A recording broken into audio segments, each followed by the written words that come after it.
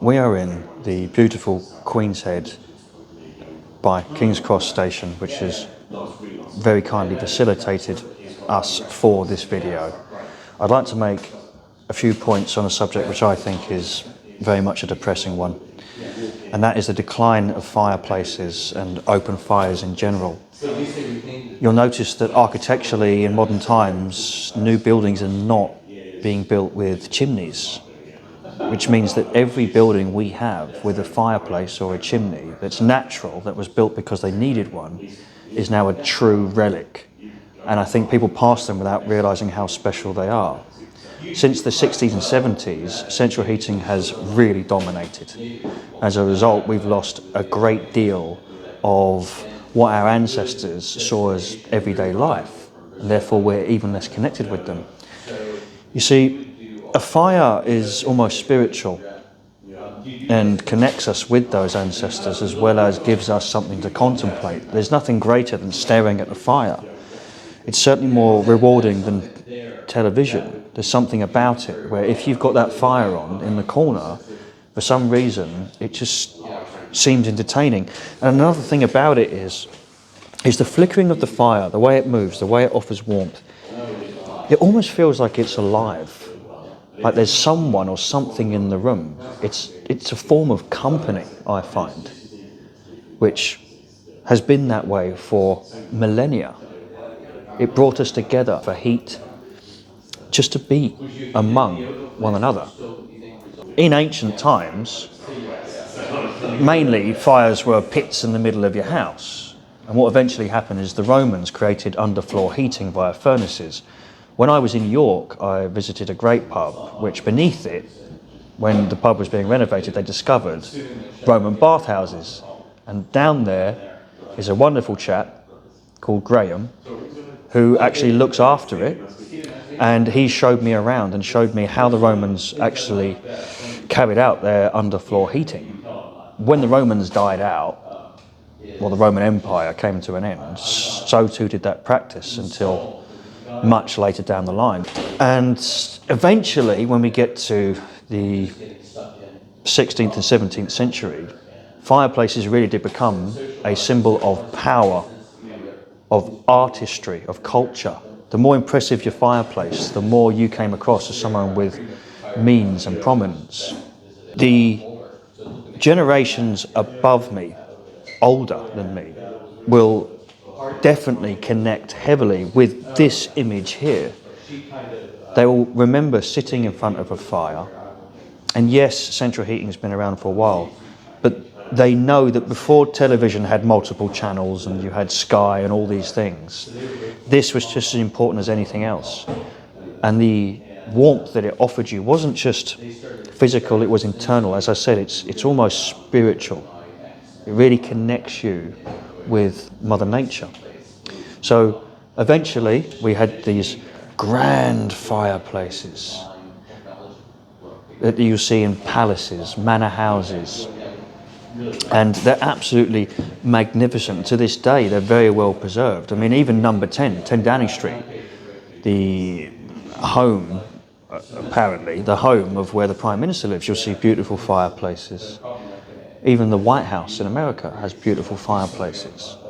But everything that's being built nowadays is skipping that, unless it's someone who specifically wants a fireplace built, then there won't be one. Now, what did happen after the rise of central heating in the 60s and 70s, you'd see that along with a lot of modern design, you'd see these sort of blocks of glass that were stuck in the wall with a flame in it, and that was a way of that company that I speak of. But still, it will never beat these iron fireplaces, the stone fireplaces. I love fireplaces. Like when I go in the Hoop and Grapes at Aldgate and I see the old, what looks like a Jacobean or Elizabethan fireplace, I'm absolutely in awe of it. I just stare at it inanely because it takes me back to a time I wasn't even alive. How many children today are sitting in front of fires like this? That's few and far between. Whereas before, everyone knew the importance of a fire. You needed it for heat, cooking, drying your clothes, so on. And I think it is not just a crying shame, it's a form of cultural decline and human decline to see our fireplaces and the chimneys that I love so much. The chimneys that you see rows upon rows of houses. And for me, it's the difference between a house and a home. When you see that chimney and you know that there's a fireplace inside, for me, that really makes a massive difference as to how you look at that building and how you can imagine seeing yourself within it. So when I started ringing around for pubs to facilitate me for this video, I hit a couple of walls because a couple of them were concerned that they wanted to facilitate me. They were lovely people. I won't name the pubs. They were concerned that if I made the video, that their more so progressive customers may complain about it because they're so in line with the status quo, which is so heavily against our use of, say, natural resources and beautiful fires such as this. And I find that very unnatural to be against something so natural. In cold countries, or wet countries, like that of Britain, Ireland, so on, the fireplace really is a symbol of home. If I was in Miami, in Florida, for instance, I doubt there's very many fireplaces unless they're ornamental. But in Britain, seeing those chimneys on the rooftops, it's a reminder of who and what I am, where I've come from. The turning point from the industrial age where everyone needed them to survive to the point where they turned into lovely things to have in your living room. So I hope that what I'm saying here resonates enough with you that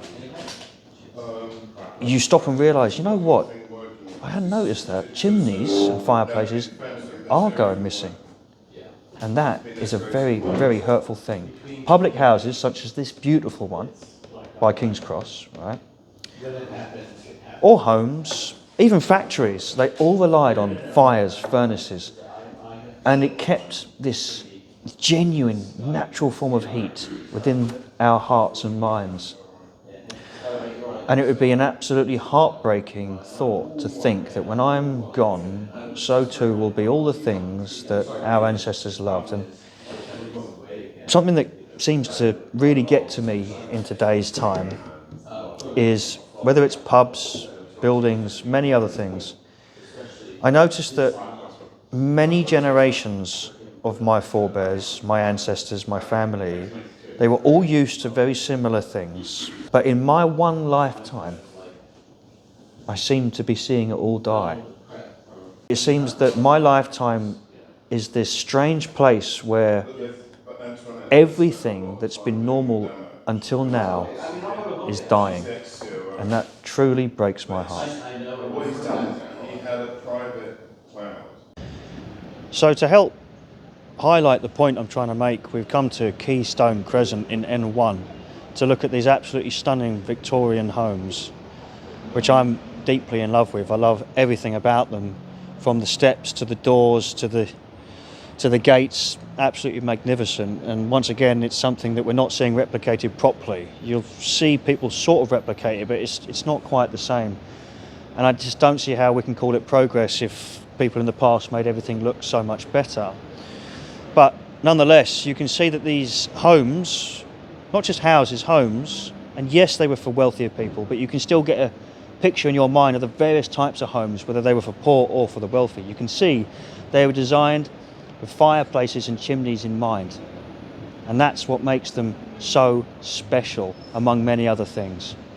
The idea of architecture being an art form, which is what it was. Art and architecture went hand in hand, and that, like fireplaces, seems to be an extinct idea. And I hope that what I've said today will help you agree with something I say often, which is that just because it's new doesn't mean it's better.